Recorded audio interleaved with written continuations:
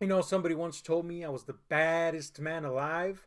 Turns out they actually said I was the fattest man alive, at Yeah. which point I agreed with them and went and killed myself. Yep. So you're talking to a ghost host with most fat that is, Yep. me. Anyway, I am not the baddest man alive, Nope. but the RZA just might be the baddest man alive. Or is he? I don't know. We're going to talk about it because we watched The Man with the Iron Fist, and we haven't talked about it until this very specific moment. So we don't really know where the fuck we're going to put this video. Yeah. But anyway, Man with the Iron Fist came out almost a fucking decade ago, right? Yeah, it was like the mid 2000s. And kind of just disappeared after it came out. It got a sequel. It did get a sequel, but that went straight to DVD, so that happened. But anyway, it was directed by legendary producer, legendary rapper, legendary composer, just a legend, all in all. Tangsman. The Wu-Tang, the de facto Wu-Tang leader, the creator of the Grave Diggers, that badass who scored urban epic Ghost Dog. Maybe I'm blowing him a little too hard here, but he's earned it. The RZA. I'm a big fan of the RZA. You know this. You jizza on RZA. I do jizza. Well, not the jizza. No, but you I actually jizza on the RZA. on RZA. No, not maybe not on him, but over him. You I love me some RZA is what I'm saying here. You This don't is coming jizz- off extremely gay. Yeah. Ooh. Anyway, You would fist him whoa. with Maybe- iron. I don't know where that went. Iron Okay. fists. That's pretty good, Yeah. but I wouldn't. But the point is, I love the RZA. So I was kind of anticipating watching this movie with bated fucking breath. I do want to say that I've been wanting to watch this ever since it came out. Mm-hmm.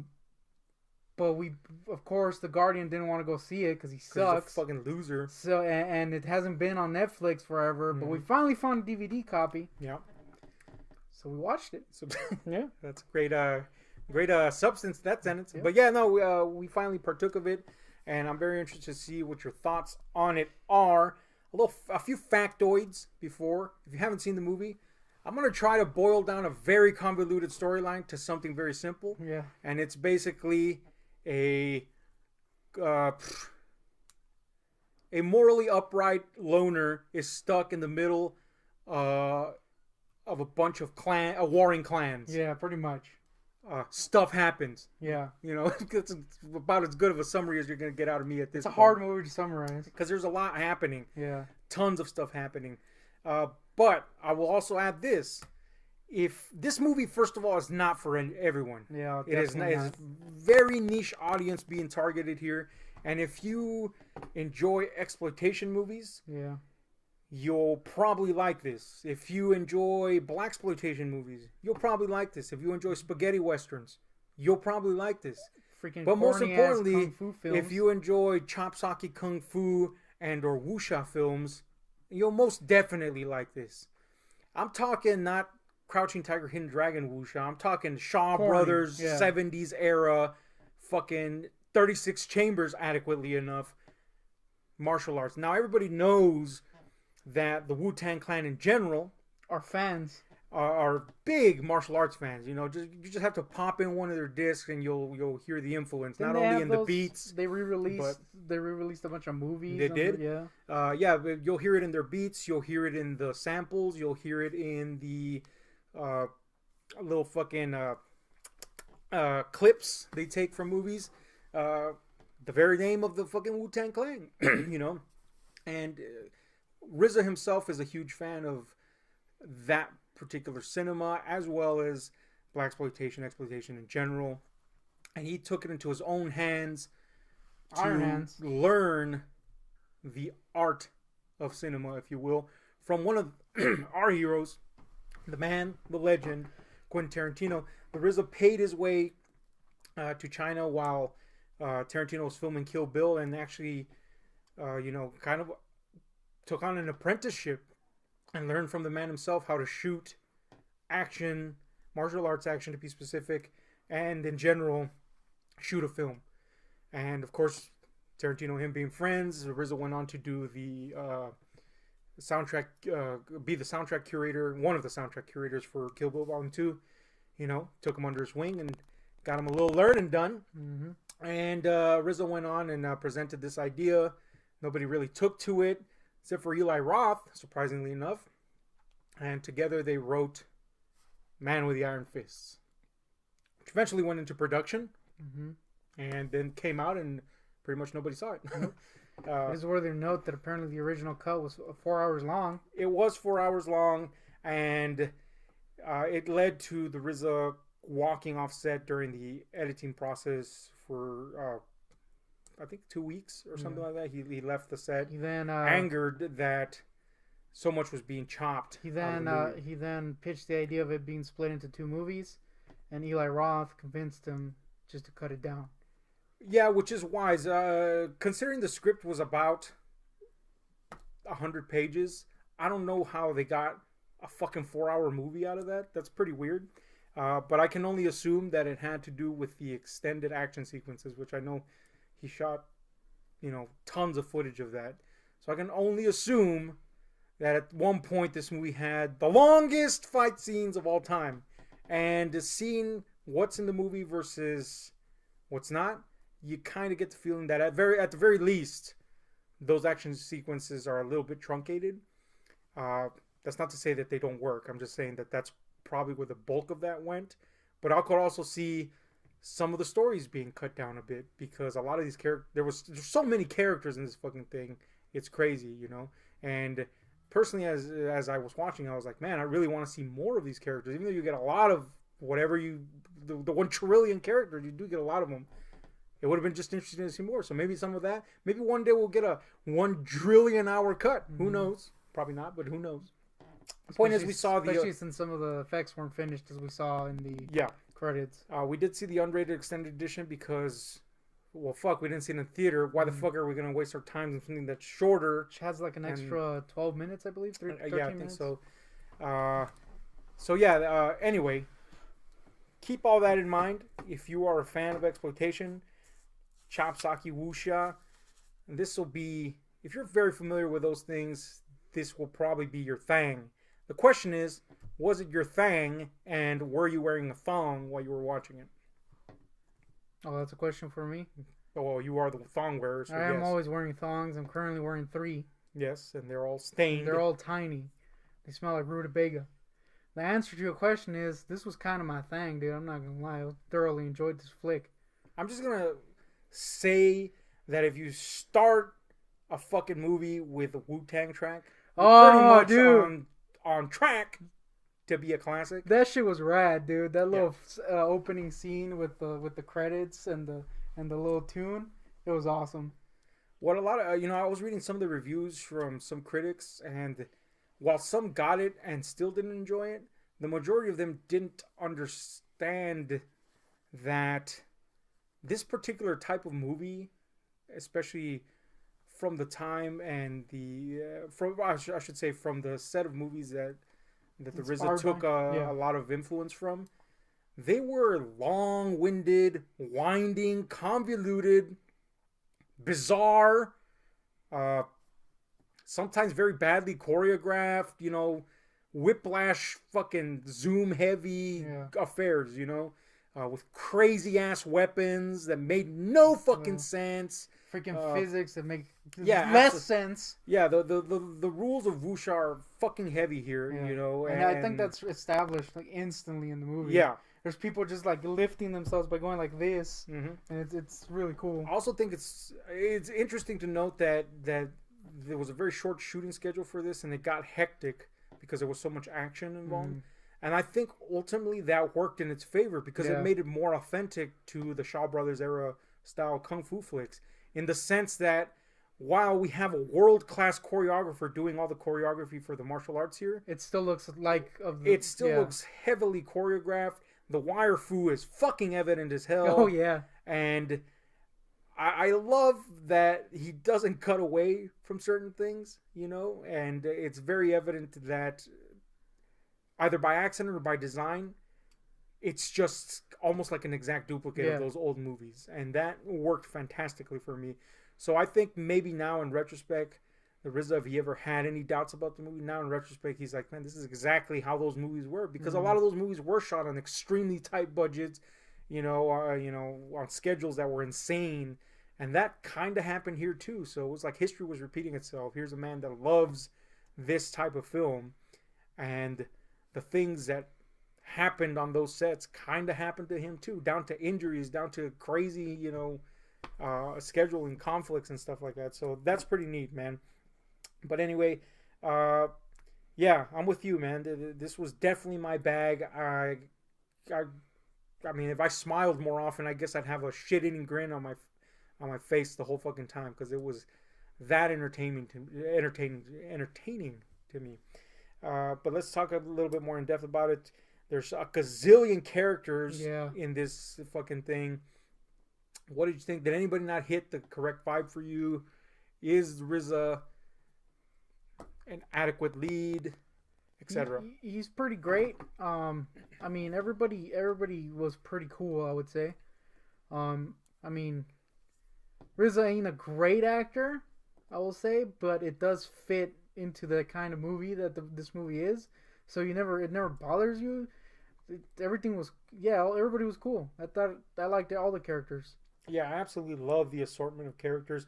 The actors portraying them were fantastic, over the top, funny, engaging. They were like they were supposed to be those characters. Yeah. And the fact that RZA is not a stellar actor, again, it doesn't deter anything because more often than not, this type of movie back in the 70s, especially, they were riddled with horrible actors. Yeah. So really, this is a grade above that in the sense that a lot of these people are very good actors. They're just hamming it up to that standard, and they do so exquisitely. My favorite had to be Russell Crowe because it was just one that was so weird to see him in something like this. Two, it's endlessly amusing to me that Russell Crowe is friends with RZA to this day. Yeah. I just can't. That just pleases me to no end. It's just the strangest thing. And it was basically just like him having fun. Yeah. It looked like, at least. Everybody was just having a blast, man, and it showed. And if they weren't, you didn't get the feeling that they weren't. It was just fun to watch everybody ham it up, play it up to the extremes. And it's riddled with a bunch of stars. Again, Russell Crowe, Lucy Liu, this was the Dave Bautista. The first real big movie he was in. And again, I read some reviews where they were bemoaning how little screen time certain actors got. And again, we go back to these kung fu flicks of old. Some people, it's just they show the fuck up, and all of a sudden, they were a thing, and that happens here. Except they kind of do give a reason behind. Yeah, everything's more structured, I would say, than some of those older movies. Yeah. That being said, it is overly convoluted big time. in its delivery. But again, that just makes you enjoy it all the more because it's that kind of like almost haphazardly chaotic structure that keeps you going. You're like, man, what can possibly happen next? I do really like how, despite the fact that like all these clans are fighting and all this freaking convoluted storyline is going on, it's always kind of held together by that inn they're in, and everything just comes together in that at the end. That gave it that really cool, like, satisfying closure, despite the fact that halfway through the movie you're like, what the hell is going on? And not in a bad way, mind you, in a really entertaining, this is cool way. Now, I wasn't a big fan of Lucy Liu as Oranishi. I know that's gonna get me killed in some circles. I liked her, don't get me wrong. She was just, everybody was blowing Lucy Liu as Oranishi, and I was like, I mean, she was pretty cool, but she was great. She wasn't fantastic. I mean, she was cool, I guess. Mm-hmm. There was better characters, is what I'm saying, in Kill Bill. Everybody seemed to be just obsessed with Oranishi and or what's her fucking name? I was gonna say Yu-Gi-Oh. Fuck, man. Just move on. The point is, I wasn't huge on Lucy Liu as Oranishi. I love Oranishi. Again, let me clarify that. Of course, I just think that I love her character here more. Madame Flowers. She was really cool. She was fucking awesome. And they gave her a lot more to do. First of all, and it was just fun to see this type of character because this is the exploitation film definition of woman power. This is cool, man. This is cool. This is what I want to see. I don't want to see this bullshit SJW woman power shit. No. I want to see some exaggerated badass woman power, and that was her character. And I love how they just kind of turned the switch on her, you know? Yeah. That was awesome. I love that, man. I absolutely love that. And but that's it just was like responsible for one of the coolest scenes. sequences, yeah. And just about every character has that, where all of a sudden, what the fuck? I'm seeing this crazy fucking shit happen with this character that's kind of unexpected. You know, I loved it every fucking second of it. The RZA again. I love that he had the sense to restrain the involvement of his character. Yeah, that was really interesting. How One, it made it very akin to The Man with No Name, kind of like in A Fistful of Dollars, where he's kind of like just a secondary character. Yeah, he really is. That ties everything together. And that's exactly what he is here. He's a secondary character. He doesn't that just so happens to tie everything together. He doesn't even get his fist till like the ass end towards of the movie. towards the ass end of the movie. Now it's interesting to know that the when they flash back on his character's origin is set in the contemporary times of 1800s America. Apparently, originally they were gonna shoot a scene for Kill Bill. I'm sorry, for Kill Bill, for Django Unchained, where Thaddeus, the man with the iron fists, is being sold at a slave auction, but scheduling conflicts denied them that privilege. But that would have been really neat because it would have fit. The idea that those two movies are tied together somehow makes perfect sense, and yet is really weird. Yeah, I would love. I would fuck it. Do a fucking George Lucas and shoot it now. I don't give a fuck. It would be awesome. Not to say that those two movies are very so. See, here's the thing. They're both exploitation movies. Here's the thing, though. Tarantino knows how to take any genre and elevate it, and elevate it to art. Yeah. This is just one of those movies. Yeah, RZA literally made one of those movies. And I think in a lot of ways, maybe Tarantino would be envious of that. Because Tarantino is incapable of making something like this. He can't. Because, and I kind of get the thought process. Why would you want to make something like that when you can make something like that better? Which he does. Even Death Proof is... Which is, I would say, is most like one of those movies. Mm-hmm. It's still like he still elevates it to something above an exploitation movie. Yeah. And the thought process behind that makes absolute sense. And he's even said it 1,000 times. You know, people have called him a rip-off artist, and he says, "Yeah, of course I do that, but I make something better. I make something mine. and he does do that." RZA made one of those movies that he saw during the kid, literally, and that says something. You know, that's more than like even Robert Rodriguez did. You know, like with Planet Terror or Machete. They're very much exploitation. They're like extremes, exploitation foundation, but they're very tongue in cheek, and it's something you wouldn't be able to see back then. Yeah. Yes, it is very much based on it, but it's come on, dude. Yeah, the fact that they're very much in the know of what they're doing, of again tongue in cheek approach to it, takes something out of it, whereas the RZA is dead serious about these fucking films, and that's what he made. As silly as this is, that's what he made, and it shows, and that's fuck, man. Kudos. Also, can't not acknowledge that Eli Roth had something to do with this. Eli Roth used to be one of those poster boys that everybody was for horror that everybody was excited about. He was your boy. Yeah, I was like, hell yeah, man, because it'd been so long since a big name in horror came up at that point when he came up, that I was like, good, it's time. We need some new names. Now we have, hundreds of them now, thankfully. But back then, it was pretty scarce to get somebody that was a big name that was coming up. And he kind of let me down increasingly as he went along. And when I saw The Green Inferno, which we got to review, because fuck, I hated that movie. It's a piece of shit.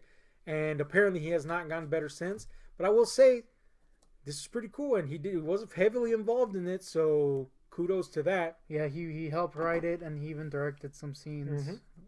So that's pretty cool. It is worthy to note this was before he was complete ass. Yeah. So maybe that's why. I don't know. He might be getting back. I don't know. Point is, Eli Roth's an entire different discussion. Yeah.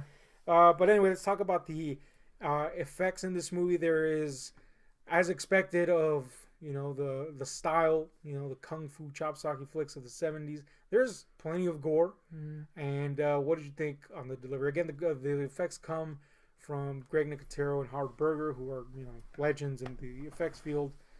What did you think? I thought all the effects were good. I will say that anything that doesn't look great, instantly you'll be like, it's better than anything that was in these movies back in the day, so you don't freaking care. But for the most part, I thought everything was pretty badass. No, I was gonna say I could have done with a little bit, maybe a little more gore, but at the same time, not really, because there's enough of it in there. Yeah. It would have been neat to see some more, but it was fine with what we got. There is some ludicrous stuff in there. One of my favorites is one where there's a weapon and it clashes with another weapon and somehow that breaks someone's arm. Yeah. That's the kind of shit you do see in those movies. So yeah, it's just freaking really cool. I can't have nothing to say against the effects. Even like the corny stuff, it works really well. Yeah, I absolutely love the effects too. I was very fine with the gore level because any more gore than there was would have been distracting, and the gore that is there is very in line with the way it was delivered back in the 70s. Yeah, man, everything worked. There is some stuff that if you're going to be bothered by obvious wire work, then probably stay away from this. But again, this fits into the style of these movies from the time. So when you see something, go, come on, man. We're in an era where we can do wire work that looks fantastic, and if you're gonna be like, come on, look at that shit.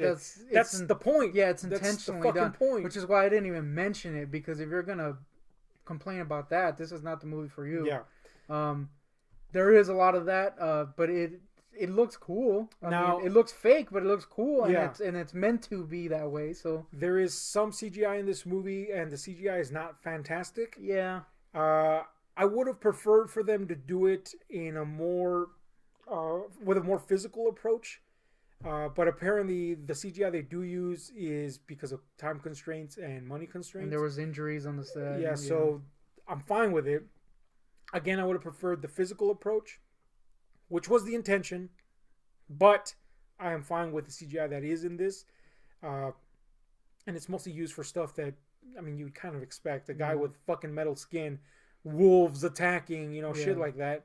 It doesn't look fantastic at times. But again, despite CGI not existing in the 70s, that's the fact that it looks so hokey kind of adds to that flavor. It's funny that you mentioned the wolves attacking, because when I saw it, I was like, oh, whoa. And yet, I could totally see that in something, in like a shitty movie where they... I would have preferred a fake-ass wolf. Yeah. Because it would have been more authentic to the time. But, it works either way. It was so obviously an image layered on top of another. Yeah. That I thought it actually kind of worked in its lameness, that particular effect. But yeah, I agree with you. I also love, now we'll move on to action, because that is one of the biggest elements in this fucking thing. And we've kind of touched on it already, but I gotta say that this movie did one of my favorite things in wuxia films. Wuxia is now considered like a fucking art, especially in the US, which is still relatively unfamiliar with it, despite us getting some pretty popular ones like Crouching Tiger, Hidden Dragon, the fantastic House of Flying Daggers, which I think is grades above Crouching Tiger. I love Crouching Tiger, but House of fucking Flying Daggers is my fucking shit. I love that movie. It's fucking beautiful. But those movies, well, no, it does. Those movies have made the American audience think that wuxia is always that beautiful and artistic, when in reality, the majority of the time, it's fucking corny as shit. Yep. And it's a long-seated tradition in the Chinese medium, from novels of old, etc. The whole flying through the air, all that stuff that comes from this tradition. But this movie did one of my fucking favorite things that happens sometimes in these movies, and it's and first of all, before I even get to that thing, I love that it explained the idea of Qigong.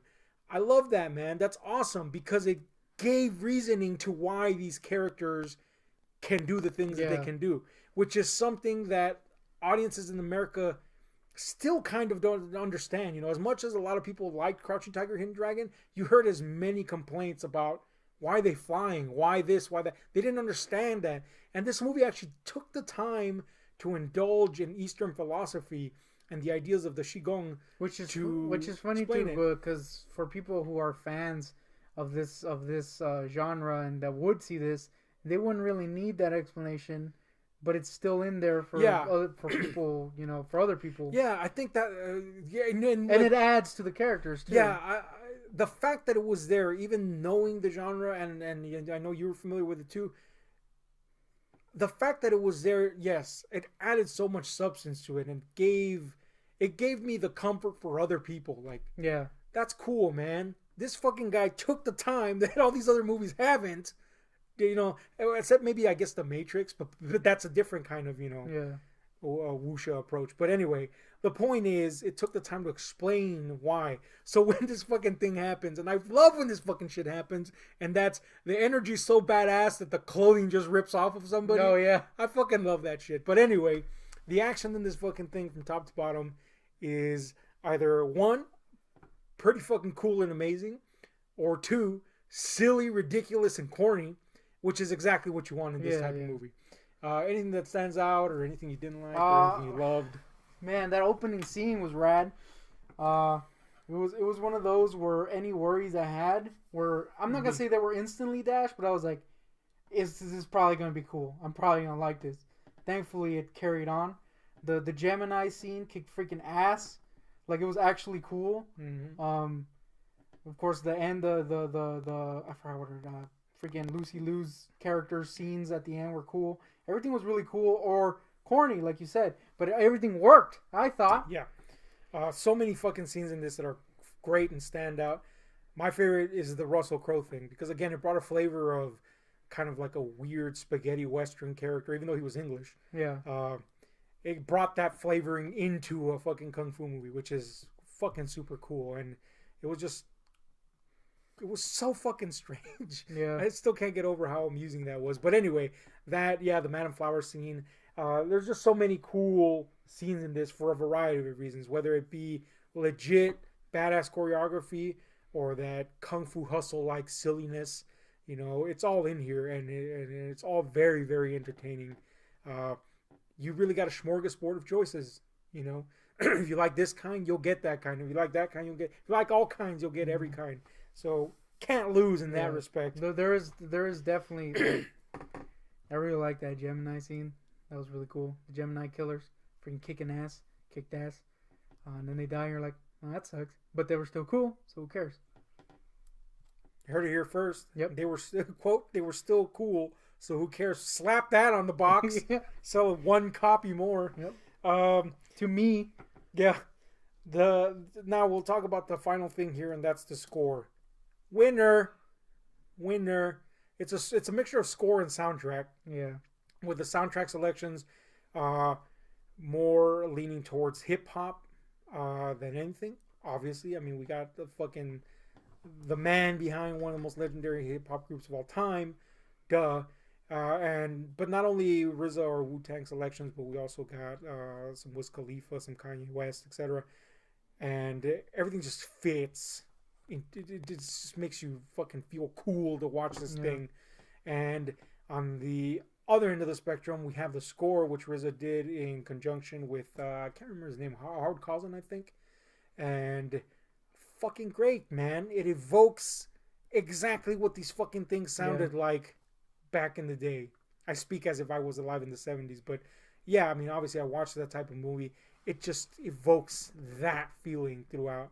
And it's got, of course, one of the best theme songs at the end with the RZA and the Black Keys, Baddest Man Alive. Fucking cool. Just cool, man. Yeah. Cool. That opening I remember scene back alone. in the day, fucking Harry Knowles from Ain't It Cool News said, and when you went to watch Shaft, you came out feeling cool walking. I didn't. I like Shaft, the Samuel Jackson one, but I didn't come out going, fuck yeah, man, I'm badass. This one made me go, fuck, I'm badass just for even listening to this fucking thing. That's how cool the score was. But anyway, do you agree with that? Disagree with that? What's up? Yeah, I agree. It's pretty rad. It's from the opening scene. Put that on the box. I agree. Dude, I can't overstate. Can't disagree. It's fucking I can't badass. overstate how cool that opening little scene was, man. Throughout this whole movie, I got a little chills, coolness chills. But yeah, the score kicks ass. It's freaking woo!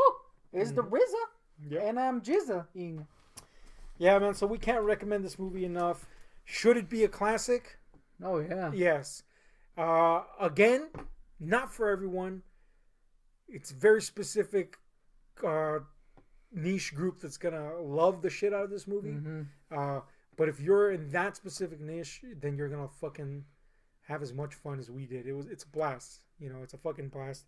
Let's give it a final rating and any final thoughts. If you have any, on the exploitation meter. Yeah. What do you give it? On the exploitation meter, I gotta give it a freaking solid 9. Obviously, this is specifically for this Yeah, we're not comparing this meter. to This is not fucking- Citizen. It's not Paddington 2. But yeah, this freaking movie kicks ass. Like I said, tingles throughout. I don't think I've had, like you said, a freaking shit-eating grin on my face as much as I have. And yeah, I'm kind of scared about the second one. Yeah, I got a bad feeling about the second one, Yeah.